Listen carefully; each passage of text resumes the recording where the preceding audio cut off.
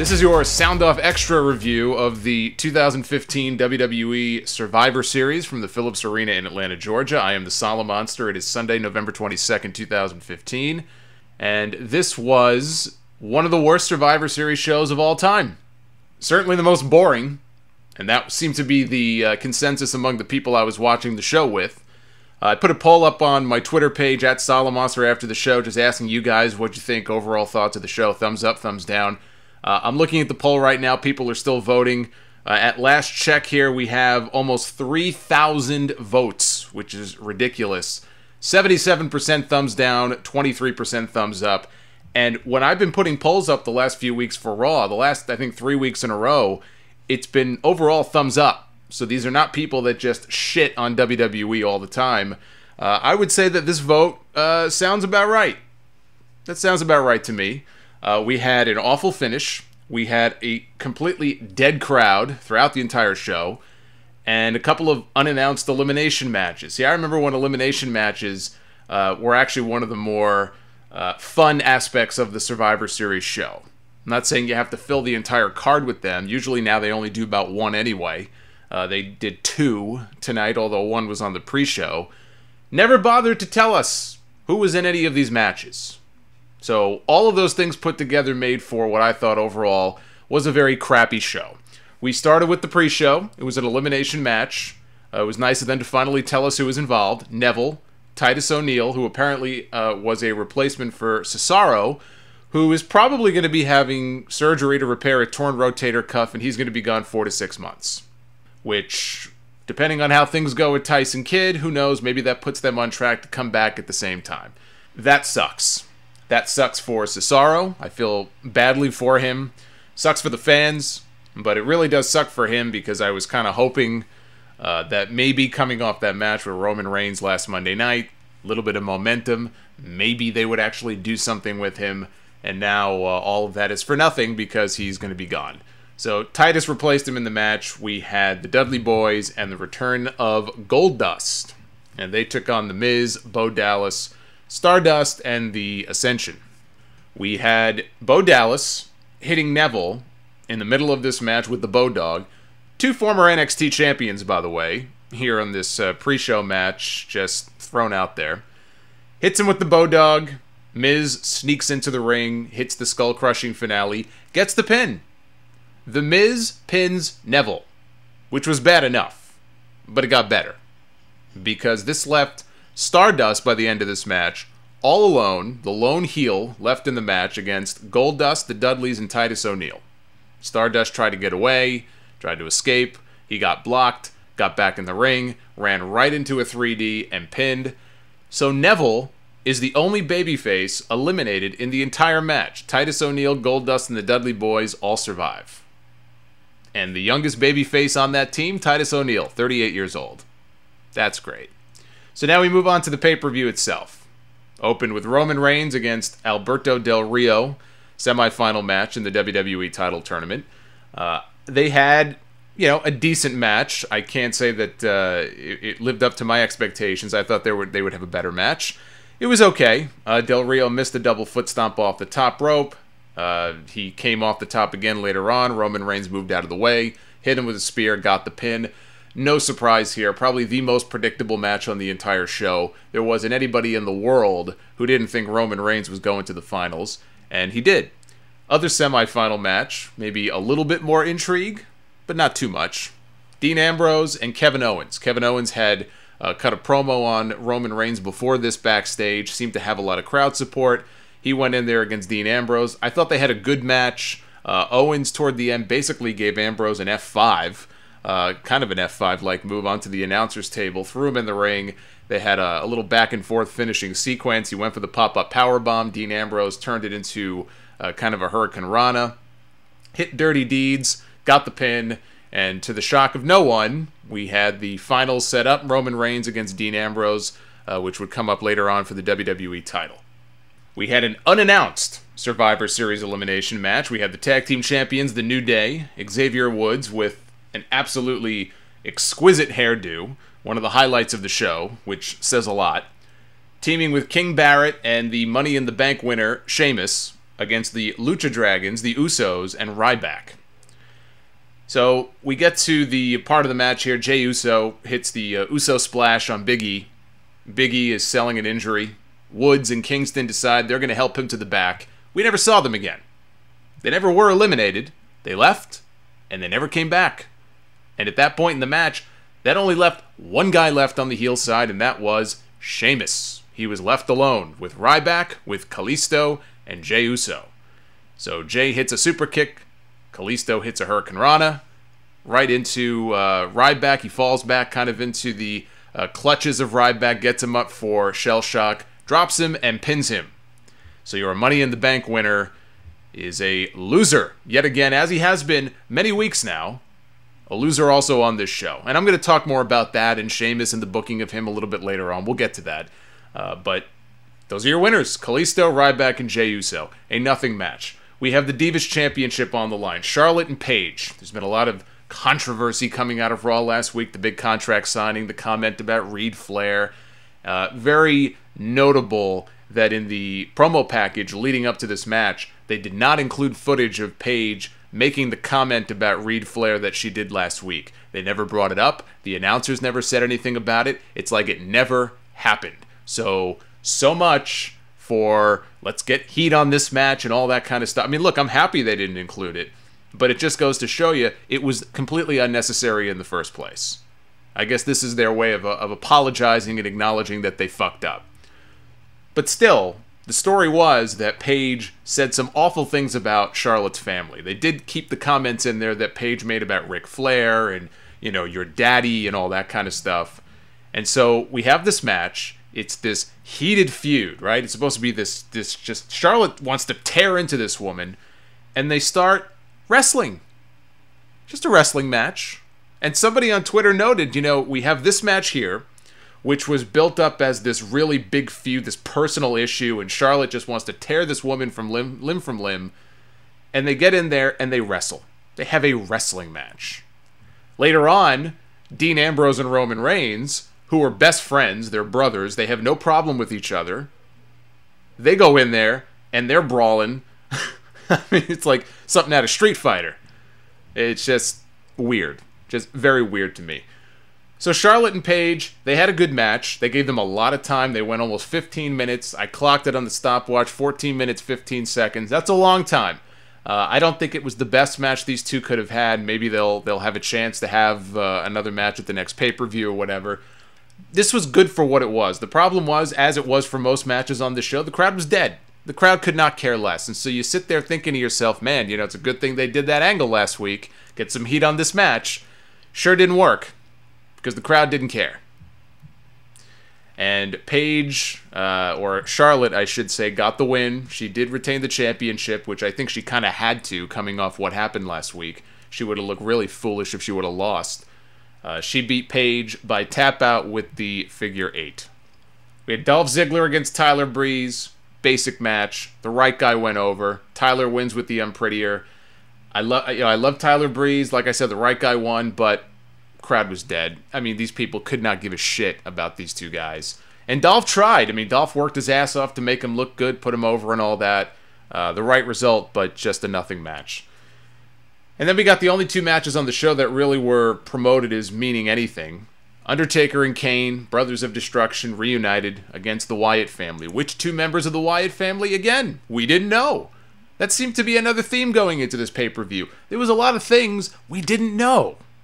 They didn't bother telling us who's going to be in this elimination match. They didn't bother telling us there was even going to be an elimination match on the pay-per-view. We got one on the pre-show, and then they just decided to throw another one on there. And they didn't bother telling us going into the pay-per-view which two members of the Wyatt family it was going to be. Now, earlier today when I recorded the sound off, I took a shot in the dark, and I said, well, I think it's going to be Bray Wyatt and Luke Harper, because Bray Wyatt is the ringleader. He's kind of got to be in the match. And Luke Harper is really good. He's a hell of a lot better than Eric Rowan and Braun Strowman. And you got to have somebody who can actually carry most of the match. That was my logic. And I guess that was their logic too, because it was in fact Bray Wyatt and Luke Harper. Eric Rowan did run in at the beginning. He got disposed of with a double chokeslam very quickly. We never saw or heard from him again. The match itself was absolutely nothing special, but it wasn't about the match. It was about the attraction. It was the 25th anniversary of The Undertaker. He got the big entrance. He got the big pomp and circumstance. One of the cooler moments on the show. I think it's very cool to see that this guy, 1990 made his debut, still going strong here 25 years later. I dig it. I like the entrance. He is an attraction. I didn't have a problem with it, except for the fact that the Wyatt family, in a lot of ways, this was a squash match. The Wyatt family got some offense, but this was a glorified squash match. And Undertaker and Kane, as they did many weeks ago on Raw when they returned, 2-on-4, made the Wyatt family look like a bunch of goobers. Now, Bray Wyatt didn't take the pin. Luke Harper did. He got tombstoned and pinned by The Undertaker. But this doesn't say a whole hell of a lot about the Wyatt family. And what you do with the Wyatt family at this point, I have no fucking idea. I just don't know. But the people in the building, they were there to see The Undertaker and Kane, more so The Undertaker. They got what they wanted. They seemed very happy. They gave him a standing ovation when the match was over. Big show of respect. And so, I guess in that respect, the people got what they wanted. Came down to the championship finals. Roman Reigns and Dean Ambrose. Now, I had high hopes for this match. This was the finals that I think most people predicted. I predicted. Everybody predicted. Babyface versus babyface, a match we've never seen before. And I had high hopes that these guys were going to go out there. They were going to give them time. They'd have a great match. And then we'd get some kind of big climactic finish. Somebody would turn on somebody, or something would happen. Even if you didn't do a heel turn on the show, if Roman wins, but, my idea, for example, maybe the Usos get involved and it leads to the whole Roman Empire faction deal, but maybe you don't actually do the turn officially until Raw the next night. You do the kind of finish that at least leaves people thinking, okay, what just happened? I got to tune into Raw tomorrow night and see what comes next. Well, they have a match. The match, kind of dead at the beginning. Starts to pick up. And just when it feels like it really started to get going, it ended. Clean, with a spear in the middle, not even 10 minutes long. Roman Reigns pins Dean Ambrose and becomes the new WWE World Heavyweight Champion. And the confetti is falling. He gets the big pyro. Very reminiscent of what we saw at SummerSlam in 2013 when Daniel Bryan won the belt. He got the pyro and the confetti. And then Randy Orton's music hit and he came out to cash in. That was a little more shocking. This time I think people kind of saw it coming. Plus, they still had like 15 minutes left in the show. So you knew it wasn't over yet. Triple H comes out. He's all smiles. He's clapping, which is very weird, right? Given that promo a couple weeks ago with Roman Reigns and Roman turned him down. And Triple H is trying to be the bigger man. He wants to shake Roman's hand. Roman's looking at him very confused. And finally, Roman Reigns drops the belt. He gives Triple H a spear. And he says, I told you. I told you. He's yelling at Triple H. In the middle of all this, crowd starts to cheer. Out comes Sheamus. Sheamus gives Roman Reigns a bro kick. Cashes in his Money in the Bank briefcase. People going nuts. I think more so just because they wanted to see anybody but Roman. So in this instance, they were actually cheering Sheamus. Sheamus goes for the pin. Roman kicks out. Near fall. They go another minute or so. Sheamus hits a second bro kick, and that was enough to get the pin. Sheamus is your new WWE World Heavyweight Champion. Triple H comes back into the ring, shakes hands with Sheamus. Sheamus, I guess, is the new face of the company, his new corporate champion. Roman Reigns is screwed over. And that's how they went off the air. Now, as a matter of personal preference, I don't particularly care for Sheamus. I've made that clear on my show. I just think he's dull. I think he's boring. He's not a bad wrestler, right? Depending on who he's in the ring with, he's had some really great matches in the past. I was a big fan of some of the matches he had way back when with Daniel Bryan. I still think that match at Extreme Rules in 2012 was one of the best matches all year. So it's not like the guy is useless or anything like that. He's just boring. I would rather watch paint dry than watch Sheamus. There is nothing about the character, there's nothing about his matches at the moment that I have seen that generates any kind of excitement or enthusiasm. At a time when, ratings are going down and down and down, and the excitement overall in the product just isn't there. People are just apathetic. They're just begging for something different. And I don't want people to think, oh, well, should everybody just turn heel? Look, you could have turned Roman, you could have turned Dean, you could have done the turn tomorrow night. The fact is, when Seth Rollins went down, he was the number one heel in the company. Whether you liked him or not, that's what he was. Now he's gone. So you need a new villain in the top role, whether they're aligned with the Authority or not. I'm sick and tired of that too. Who's going to step in, right? Who's going to step into that role? It's not going to be Kevin Owens. It's not going to be Alberto Del Rio. You got to put somebody in there. People love to say, well, anybody but Roman. I say anybody but Sheamus. Sheamus is not the answer. But apparently they felt differently. To me, you could have gone either way. My idea was turn Roman. You know what? You could have turned Dean. I'd be okay with that. You know why? Because it's something different. And what it does, it sets up more matches in the future between Roman and Dean. What we saw from them tonight was a massive disappointment. Not because, they had like a bad match. They just didn't have enough time to get it going. It just felt like it was, kicking into the next gear. Could have gone another 5-10 minutes, and they cut it off. I'd much rather see another couple of matches between those two heading into the beginning of next year than Roman Reigns against fucking Sheamus. And to talk about the booking of the Money in the Bank winners in WWE, Sheamus fell victim to the same thing that Daniel Bryan fell victim to, the same thing that Dolph Ziggler fell victim to, and Sandow, and most people, with the exception maybe of Randy Orton and John Cena, who have held that Money in the Bank briefcase before. They win it, and then they beat them like a drum. Because, well, they have a briefcase, so we can beat them, because in the end, they're going to win the championship anyway, right? So who cares? We can beat them and beat them and beat them. Now, the problem with somebody like Sheamus as opposed to Daniel Bryan, at least Daniel Bryan is somebody that people kind of like, right? At that time, they can get behind him. People don't give a shit about Sheamus. And so you beat him anyway, you make him look like a fool, even on this show. I mean, how sick is it? How sick is it? What does this say about the booking of WWE when it comes to the Money in the Bank winners? I had tweet after tweet after tweet, people sending me messages during the show when Sheamus lost in that elimination match. It came down to him against all the baby faces and he lost. And they're like, oh, this means he's cashing in later. And I didn't disagree with them. I figured, well, they're probably right. But person after person after person, it's like everybody knows. Right? It is so predictable. It's like their calling card. It's the WWE booking calling card. People can see it from a mile away. Oh, this guy lost. I guess he's winning the championship. How sick is that? I mean, there's something wrong with that. So yeah, the guy's lost and he's looked like nothing at all. Nothing special about the guy. Well, let's put the belt on him. He's the answer to our problems. Now we could do Roman against Sheamus at TLC and maybe again at the Royal Rumble. This was their big answer. They had a real opportunity. I mean, I think what pisses me off more than anything else, beside the fact that I'm not a Sheamus fan of late, and he was the last fucking person I wanted to see leave with the championship in this pay-per-view, forget that. They had a real opportunity here to think outside the box and try something a little bit different. And they didn't do it. They chose not to do it. On a show that really could have used it.